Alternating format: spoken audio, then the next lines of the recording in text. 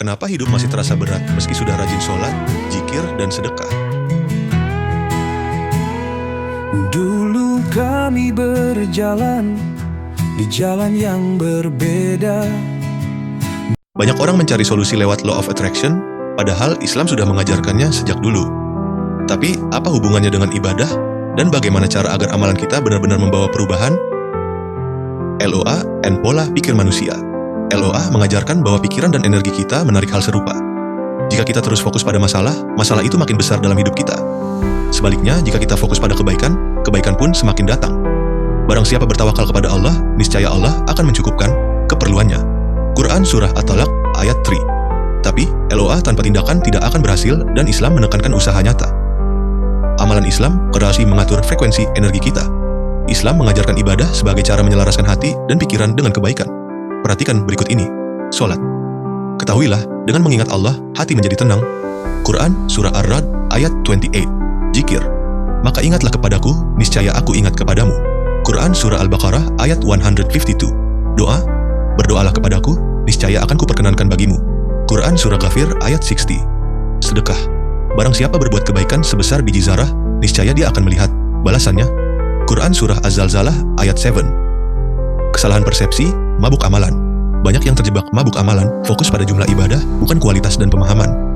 Celakalah orang-orang yang sholat, yaitu orang-orang yang lalai dalam sholatnya. Quran Surah Al-Ma'un ayat 4-5. Contoh, rajin zikir tapi tetap iri dan dengki. Sholat 5 waktu, tapi masih memandang remeh orang lain. Bersedekah, tapi ingin feedbacknya.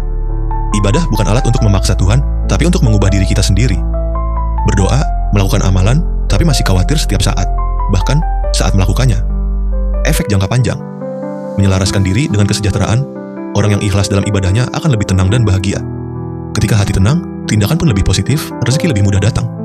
Jika kalian bersyukur, niscaya aku akan menambah nikmat kepadamu. Quran Surah Ibrahim ayat Yadi.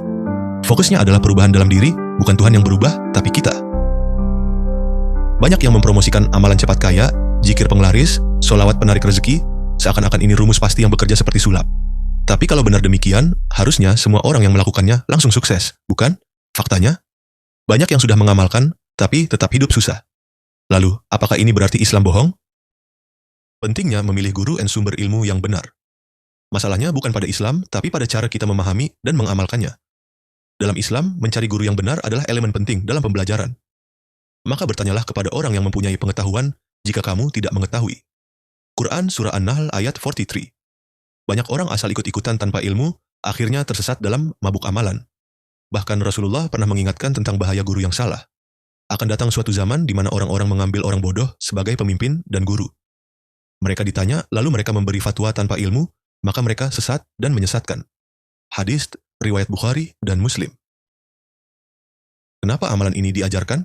Sekali lagi, ibadah bukan alat memerintah Tuhan, tapi cara menyelaraskan diri dengan kebaikan. Mereka yang menjual amalan-amalan cepat kaya sebenarnya menjadikan penderitaan kalian sebagai komoditas. Mereka memanfaatkan tren konten dan menjual ludah berbalut Islam untuk menarik perhatian orang-orang yang sedang terpuruk. Islam mengajarkan usaha nyata dan ketawakalan, bukan sekadar membaca sesuatu lalu berharap dunia berubah begitu saja. Jadi, apakah kamu masih percaya dengan amalan jaminan sukses? Yang biasanya judul videonya, datangi saya jika tidak berhasil? Jangan sampai jadi korban penjual ludah yang hanya memanfaatkan penderitaanmu. Islam bukan sihir, bukan pesugihan. Islam adalah jalan hidup yang harus dipahami dengan benar. Pilih guru yang tepat, amalkan dengan pemahaman, dan lihat bagaimana hidupmu berubah bukan karena keajaiban instan, tapi karena perubahan dalam dirimu sendiri.